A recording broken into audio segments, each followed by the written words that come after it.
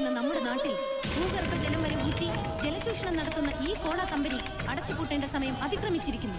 കുടിനീരിനു വേണ്ടിയുള്ള ഈ പോരാട്ടം ജീവൻ നിലനിർത്താനുള്ള പോരാട്ടമാണ്.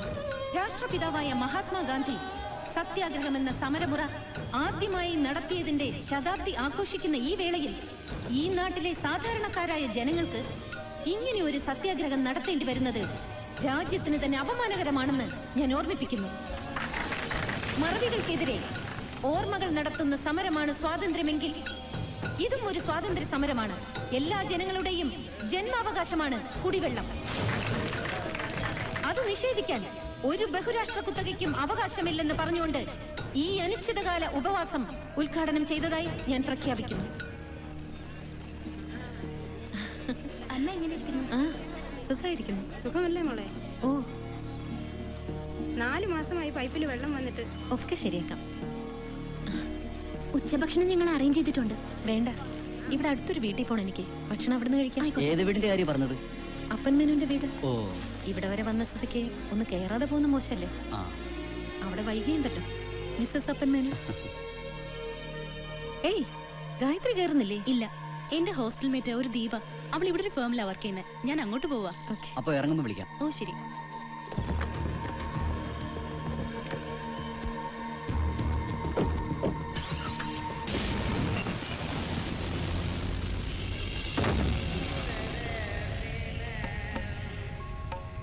എക്സ്ക്യൂസ് മീ, വൈക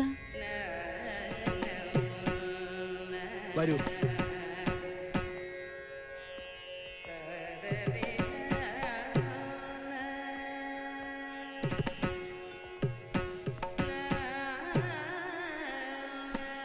ഇത് വീടല്ല, കൊട്ടാരമാണ്. വന്നോളൂ.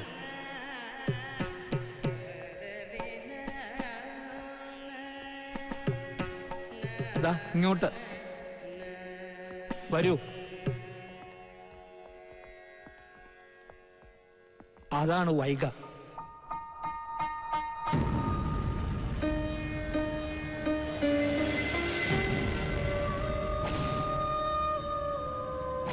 വൈക എന്റെ ഭാര്യ. അവൾ എന്താവശ്യപ്പെട്ടാലും ഞാൻ അനുസരിക്കും.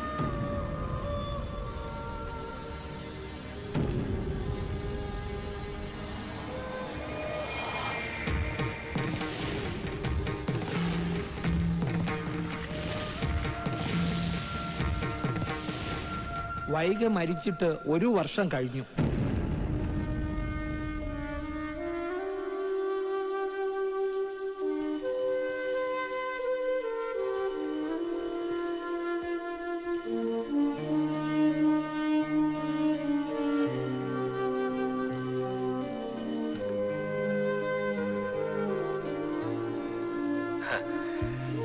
വൈക, ഒടുക്കം നീ പറഞ്ഞതുപോലെ തന്നെ സംഭവിച്ചു.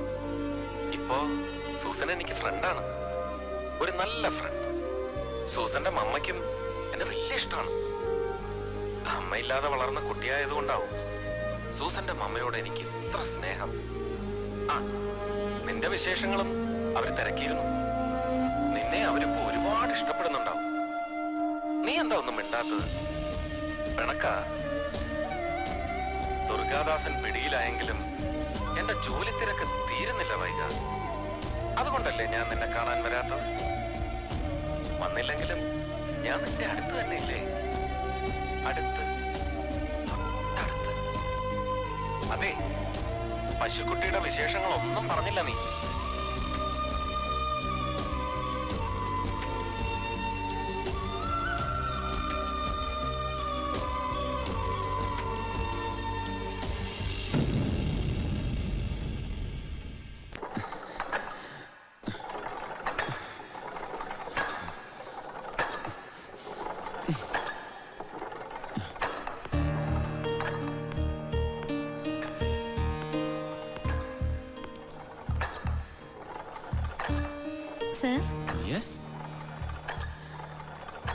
എന്തൊക്കെയുണ്ട് വൈകയുടെ വിശേഷങ്ങൾ? അവിടെ മാരിയമ്മൻ കോവിൽ ഉത്സവം വരണമെന്ന് നിർബന്ധം പറഞ്ഞിരിക്കുക. അവള് പോകുന്നില്ലേ? ഇല്ല, ഇവിടെ ജോലി തിരക്കല്ലേ. എന്നാ ഞാൻ പോവാ. വേണ്ട, വൈകിക്ക് ചിലപ്പോ അത് ഇഷ്ടാവില്ല. ഇഷ്ടാവും. ഞങ്ങൾ തമ്മിൽ കാണും പരിചയപ്പെടുകയും ഒക്കെ ചെയ്തു.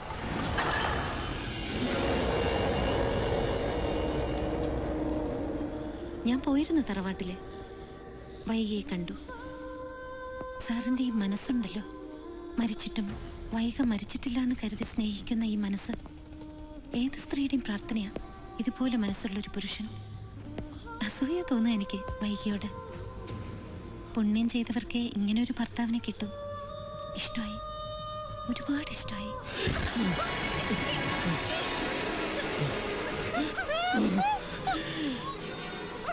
മരിച്ചിട്ടില്ല, മരിച്ചിട്ടില്ല വൈക, മരിക്കില്ല.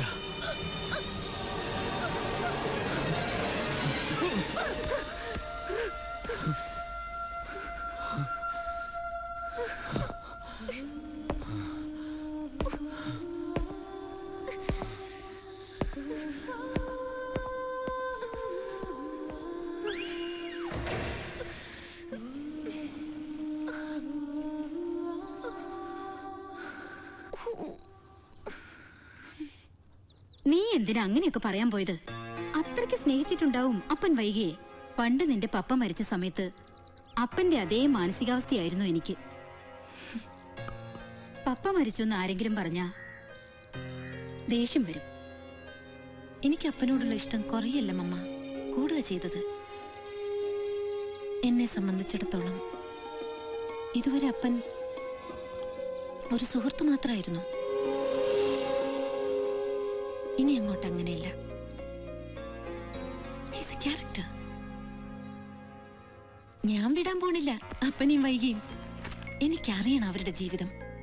വിബ്ജിയോറിന് ശേഷം എന്തുകൊണ്ട് നോവൽ എഴുതുന്നില്ല എന്ന് ചോദിക്കുന്ന നിരൂപകരുണ്ട് ധാരാളം. അവരടക്കമുള്ള എല്ലാവർക്കും അപ്പനിലൂടെയും വൈകിയിലൂടെയും ഞാൻ മറുപടി പറയും. പക്ഷെ എങ്ങനെ കണ്ടുപിടിക്കും അവരുടെ ഭൂതകാലം? Spy work. Come to the point. അപ്പന്റെ ഓർഡറിൽ സഹദേവനില്ലേ, അയാൾ എനിക്കൊരു ഡയറി തരാന്ന് പറഞ്ഞിട്ടുണ്ട്. അപ്പന്റെ ഡയറി. എനിക്കുറപ്പുണ്ട് അപ്പന്റെ ഡയറിയിൽ എനിക്ക് വേണ്ടതൊക്കെ ഉണ്ടാവുമെന്ന്. മമ്മ നോക്കിക്കോ, വൈക ആ ഡയറിയിലൂടെ പുനർജനിക്കും.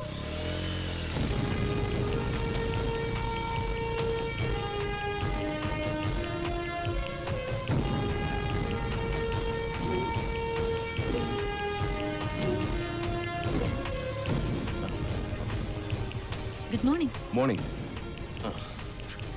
മോളൊരു എഴുത്തുകാരി ആയതുകൊണ്ടാണ് ഞാനിത് എടുത്തു തരുന്നത്. അപ്പൻ സാറങ്ങാനും ഇതറിഞ്ഞാ അറിയില്ല. ഇന്നത്തെ ഒരു രാത്രി മതി എനിക്ക്. വായിച്ചിട്ട് നാളെ തന്നെ തിരിച്ചു തന്നോളാം.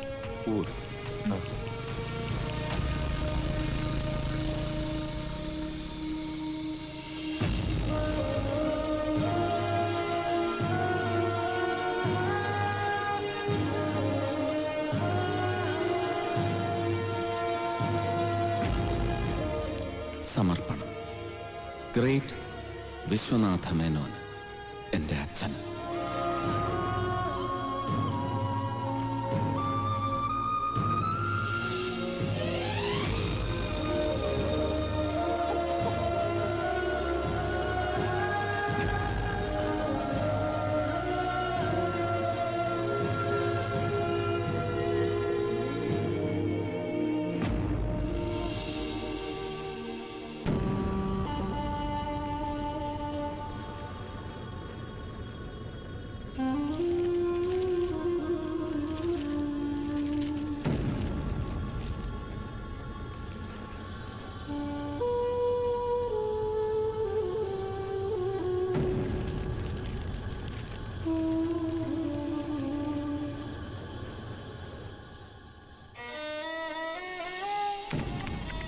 ശിവഗംഗ. ഇവിടെയാണ് ഞാൻ എൻ്റെ ബാല്യവും കൗമാരവും ചെലവഴിച്ചത്. അമ്മയില്ലാത്ത കുട്ടിക്ക് ഉഗ്രരൂപിയായ അച്ഛൻ്റെ ശാസനകളായിരുന്നു എന്നും തോഴൻ.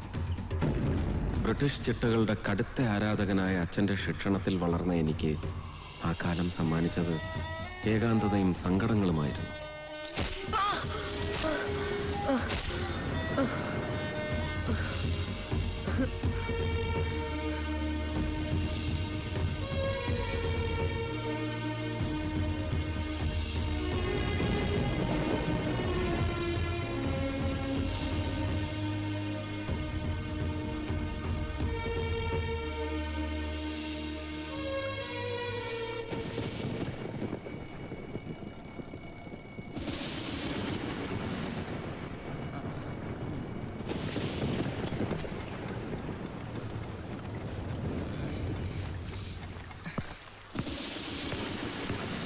രാമൻ നായരെ, എവിടെ അപ്പൻ? എണീറ്റില്ലേ അവൻ? നല്ല മഴയല്ലേ, ഉറങ്ങട്ടെ പാവം.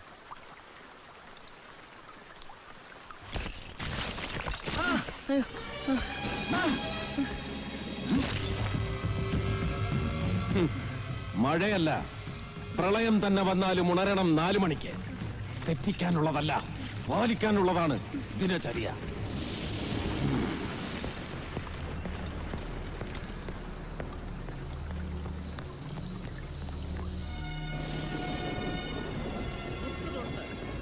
തൊട്ട് കൈ നേരെ കൂട്ടിത്തൊഴുത് തൊട്ടു വന്നിച്ചമർന്ന് വലിഞ്ഞമർന്ന് വലത്ത് നടന്ന് കളഞ്ഞിട്ട് വന്നിച്ചു വലത്തുകാൽ തൂക്കി വലത്ത് കൊണ്ട് നീക്കിച്ച കുട്ടി ഇടത്തുകാൽ തൂക്കി ഇടത്ത് കൊണ്ട് നീക്കിച്ച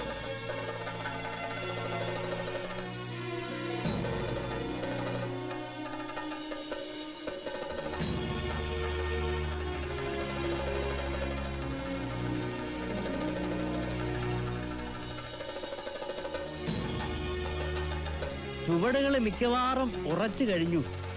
ഇനി മേപ്പേറ്റാവാന്നാ വിചാരിക്കണേ. വടകരയെന്ന് ഗുരുക്കളെ ഇവിടെ വരുത്തി ഭക്ഷണവും താമസവും ഏർപ്പാട് ചെയ്ത് അപ്പനെ ഞാൻ കളരി പഠിപ്പിക്കുന്നത് മിക്കവാറും ഉറച്ച അഭ്യാസിയാക്കാനല്ല, പൂർണ്ണം സമ്പൂർണം. അതാണ് ഞാൻ കേൾക്കാൻ ഇഷ്ടപ്പെടുന്ന വാക്ക്. ചുവടുകൾ മുഴുവനും ഉറച്ചു കഴിഞ്ഞു എന്ന് ബോധ്യം വന്നിട്ട് മതി മെയ്പ്പയറ്റ്.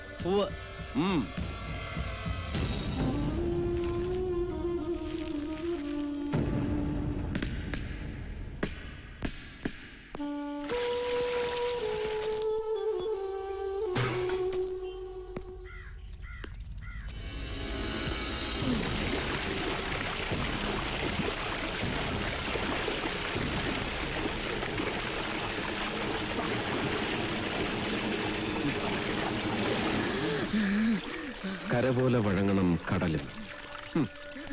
ജലത്തെ ജയിക്കാനുള്ള പാഠങ്ങൾ പരിശീലിപ്പിക്കാൻ ഈയൊരു മാർഗം സ്വീകരിച്ച അച്ഛൻ്റെ ഉള്ളിൽ അതായിരുന്നിരിക്കണം ചിന്ത.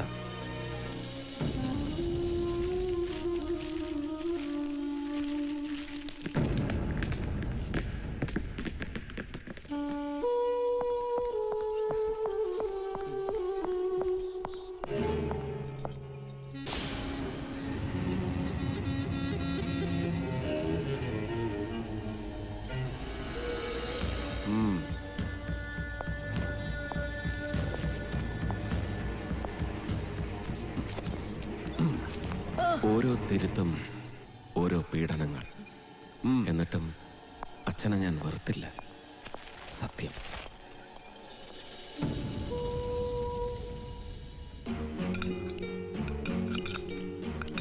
കഴിക്കുമ്പോൾ ശബ്ദമുണ്ടാക്കരുത്. തീന്മേശയിൽ പാലിക്കേണ്ട മര്യാദകളിൽ ഏറ്റവും പ്രധാനം അതാണെന്ന് അച്ഛൻ എന്നെ പഠിപ്പിച്ചത് ഇങ്ങനെയായിരുന്നു.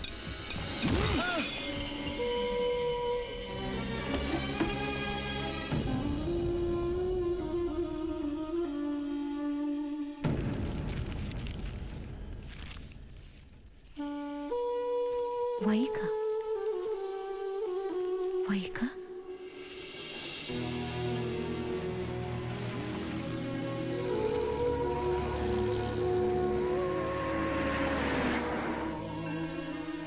വൈക ഇവളെനിക്ക് സമ്മാനിച്ചത് പ്രണയത്തിന്റെ പൂക്കാലമാണ്. വൈകയുടെ ഓരോ നോട്ടങ്ങളും എന്നിൽ സ്നേഹത്തിന്റെ ഋതുക്കളായി മാറി.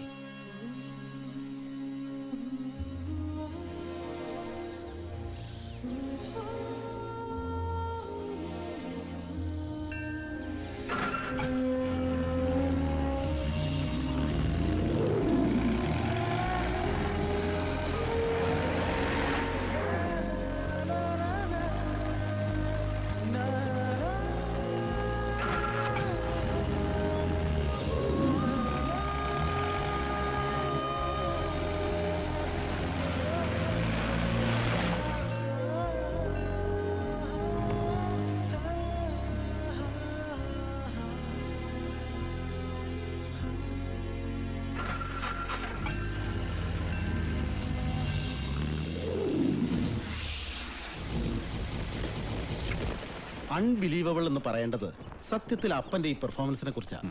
മേനോൻ, നാളെ നിങ്ങൾ അറിയപ്പെടാൻ പോകുന്നത് അപ്പൻ മേനോന്റെ അച്ഛൻ എന്ന നിലയിലാവും. I am sure.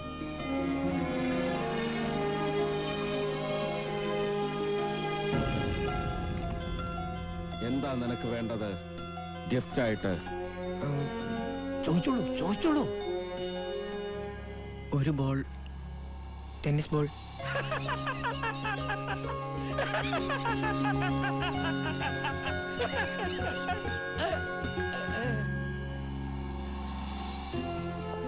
ടെന്നീസ് കളിക്കാത്ത നിനക്കെന്തിനാണ് ടെന്നീസ് ബോൾ എന്നൊരിക്കലും അച്ഛൻ ചോദിച്ചിട്ടില്ല.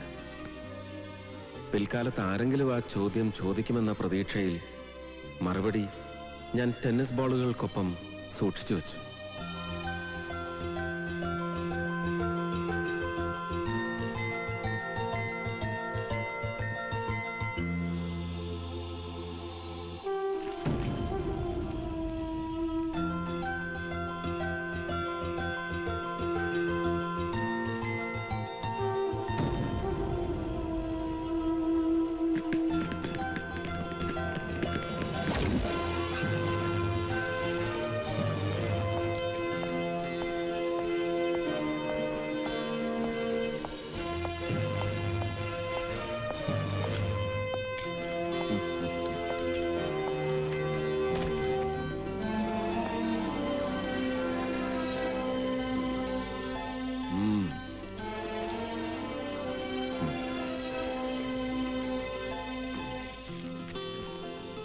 സർവീസ് തുടങ്ങുന്നതിന് മുമ്പ് ഒരു ഉപദേശം കൂടിയേ ഇനി എനിക്ക് തരാനുള്ളൂ. ശക്തനോടെന്നും സൗഹൃദം, സമനോട് ബന്ധുത്വം, ദുർബലന് മേൽ അധീശത്വം. ഈ ലോകത്ത് ഇന്ന് വരെ നടന്നത് ഇതാണ്. ഇപ്പോൾ നടന്നുകൊണ്ടിരിക്കുന്നതും നാളെ നടക്കാനിരിക്കുന്നതും ഇത് തന്നെ. മനസ്സിലാവുണ്ടോ തനിക്ക് ഞാൻ പറയുന്നതിന്റെ അർത്ഥം? ഉവ്വ്. പക്ഷേ ഒരു സംശയം. രോഗം വന്നാൽ ചികിത്സിക്കേണ്ടത് രോഗത്തെയാണോ രോഗകാരണത്തെ?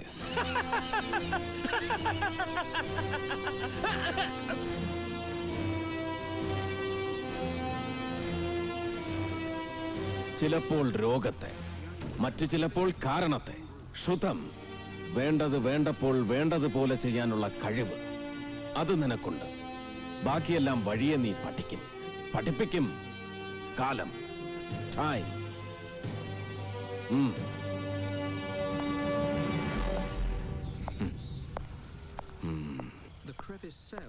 താൻ അവിടെ നിന്നേ. അവൻ പറഞ്ഞതിന്റെ അർത്ഥം മനസ്സിലാക്കിയിട്ടാണോ താൻ നേരത്തെ ചിരിച്ചത്? എടോ, രോഗകാരണത്തെ ചികിത്സിക്കാതെ രോഗത്തെ ചികിത്സിക്കുന്നതാ നമ്മുടെയൊക്കെ കുഴപ്പം. രണ്ട് വ്യക്തികൾ തമ്മിലോ വ്യവസ്ഥകൾ തമ്മിലോ ആശയങ്ങൾ തമ്മിലോ വിശ്വാസങ്ങൾ തമ്മിലോ സംഘർഷമുണ്ടാവുമ്പോ അതിന്റെ കാരണം കണ്ടെത്തി പരിഹരിച്ചിരുന്നെങ്കിൽ നമ്മുടെ നാട് എന്നേ നന്നായി പോയനടോ. എനിക്ക് സന്തോഷമായടോ. അവൻ മിടുക്കനാ. താൻ പറയാറുള്ളത് പോലെ മിടുമിടുക്കൻ.